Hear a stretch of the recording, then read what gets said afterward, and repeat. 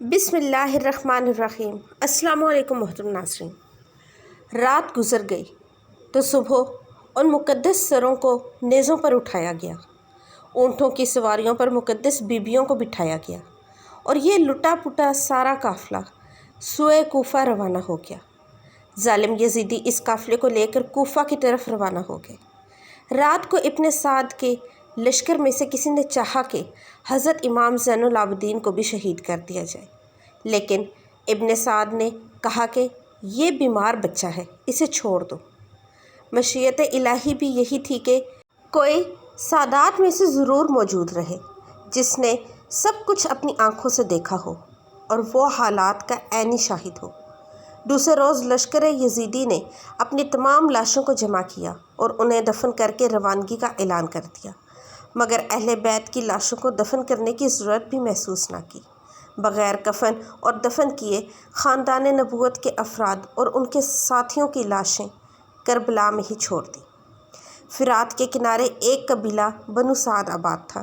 جب انہیں پتہ چلا کہ یزیدی لوگ اہل بیت اطہار کی لاشوں کو کھلے آسمان تلے چھوڑ کر چلے گئے تو وہ فوراً وہاں پہنچے اور شہداء کے مبارک جسموں کو کفن دے کر دفنایا گیا۔ یزیدیوں کا قافلہ اہل بیت کرام کے ہمراہ کوفہ میں داخل ہوا اور شہید کے تمام سر ان کے پاس تھے۔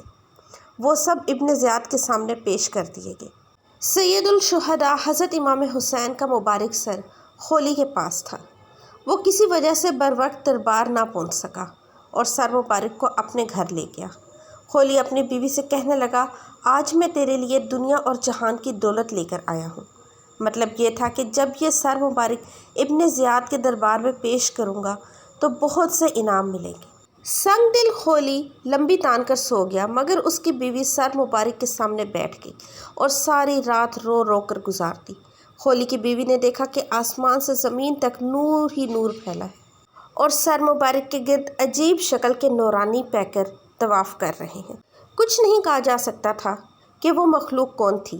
وہ ساری رات یہ نظارہ دیکھتی رہی۔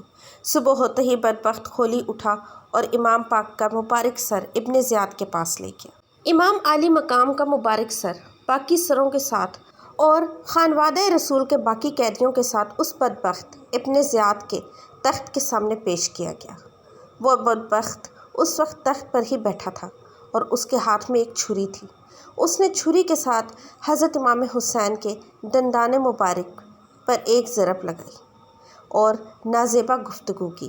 حضور کے ایک کمزور نظر والے صحابی جو وہاں موجود تھے وہ بہت بوڑھے تھے۔ ان کا نام زید بن ارقم تھا۔ ابن زیاد کی چھری جب حضرت سیدنا امام حسین کے لبوں پر دیکھی تو چیخ اٹھے اور کہا، کچھ تو حیا کر، خدا کی قسم میں نے اپنی آنکھوں سے رسول صلی اللہ علیہ وآلہ وسلم کے لبوں کو ان لبوں کو چومتے ہوئے دیکھا ہے۔ ابن زیاد کہنے لگا، اے زید، اگر تم بوڑھے نہ ہوتے تو تمہاری گردن بھی میں ابھی اتار دیتا۔ ابن زیاد نے اس سب کے بعد یزید کی خوشنودی کے لیے حضرت امام حسین کا سر انور اور دیگر سروں کو جلوس کے ساتھ اور خانوادہ رسول کی پاک بیبیوں کے ساتھ یزید کی طرف دمشق روانہ کر دیا۔ جب یہ قافلہ دمشق کی طرف روانہ ہوا تو راستے میں ایک گرجے کے قریب پڑاؤ کیا۔ وہاں انہوں نے جلی حروج میں ایک پہاڑی پر سرخ رنگ کے ساتھ یہ شعر لکھا ہوا دیکھا، جس قوم نے حسین کو قتل کر دیا ہے، کیا وہ قیامت کے دن اپنے نانا جان کی شفاعت کی امید رکھ سکتی ہے؟ اہل قافلہ نے جب یہ شعر پڑھا تو ان کے رونگٹے کھڑے ہو گئے اور یہ سمجھنے سے قاصر تھے کہ اس پہاڑی پر ایسے انداز میں یہ شعر کس نے لکھا ہے۔ ابھی وہ حیران پریشان ہو رہے تھے کہ قریبی گرجے سے ایک پادری ان کے پاس آیا تو اہل قافلہ نے اس کی آمد کو غنیمت جانا اور اس سے پوچھا کہ یہ شعر اس پہاڑی پر کس نے لکھا ہے اور یہ کب سے لکھا ہوا ہے۔ وہ راہب کہنے لگے کہ یہ شعر تو یہاں ہمارے بڑوں کے زمانے سے یہاں ہی لکھا ہوا ہے۔ راہب نے پوچھا کہ یہ نیزے پر سر کس کا ہے، یہ قیدی کون ہے؟ راہب کو بتایا گیا کہ یہ سر حسین ابن علی کا ہے اور یہ بیبیاں بھی اسی مقدس خاندان کی ہیں۔ وہ راہب کانپ اٹھا۔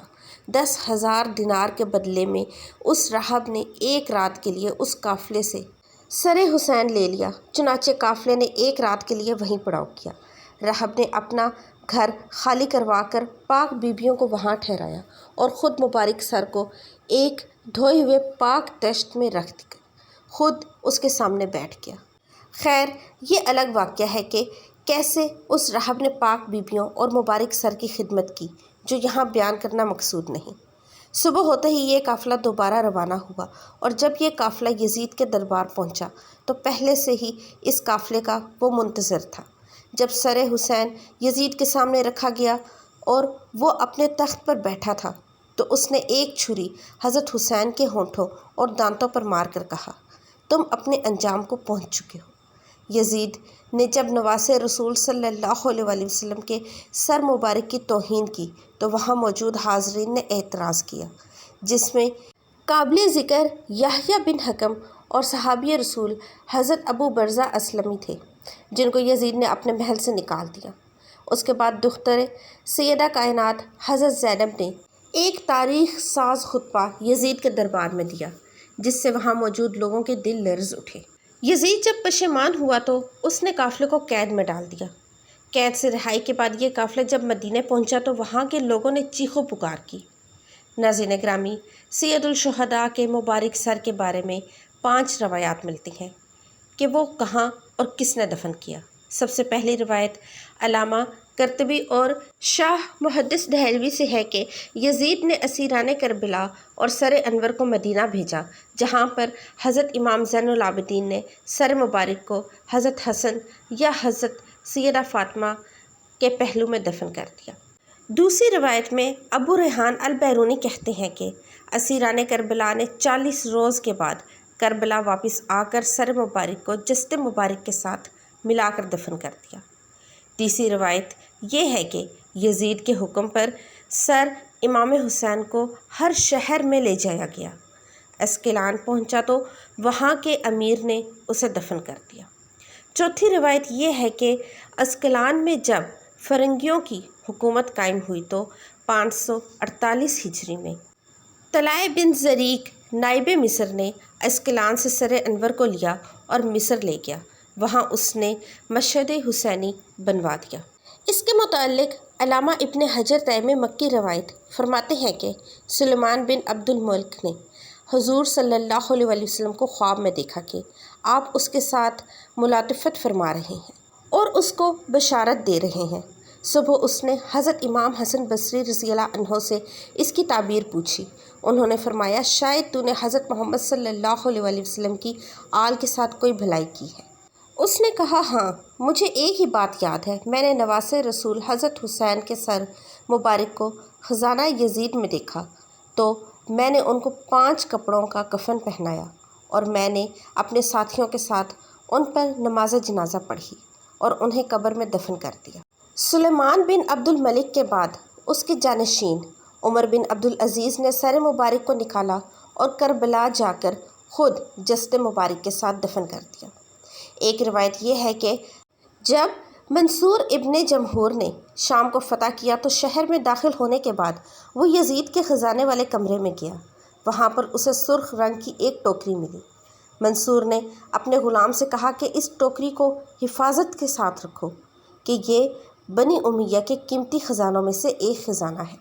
لیکن جب اس کو تھوڑے ہی عرصے بعد کھولا تو دیکھا کہ اس میں امام حسین کا نورانی سر ہے، جس سے عطر کی خوشبو آ رہی تھی۔ اس نے اپنے غلام کو حکم دیا کہ ایک کپڑا لائیں۔ اس نے سر کو اس کپڑے میں ڈھانپ دیا اور پھر کفن کرنے کے بعد اس سر کو دمشق میں باب فرادیس کے پاس دفن کر دیا گیا۔ محترم ناظرین، ویڈیو اچھی لگی ہو تو لائک، سبسکرائب اور شیئر ضرور کیجیے گا۔ مزید ایسی ویڈیوز کے لیے چینل کو سبسکرائب بھی کیجیے گا۔ کامنٹ سیکشن میں اپنے رائے کا اظہار بھی کیجیے گا۔ ملتے ہیں نئی ویڈیو میں، اپنا بہت سارا خیال رکھیے گا۔ اللہ حافظ۔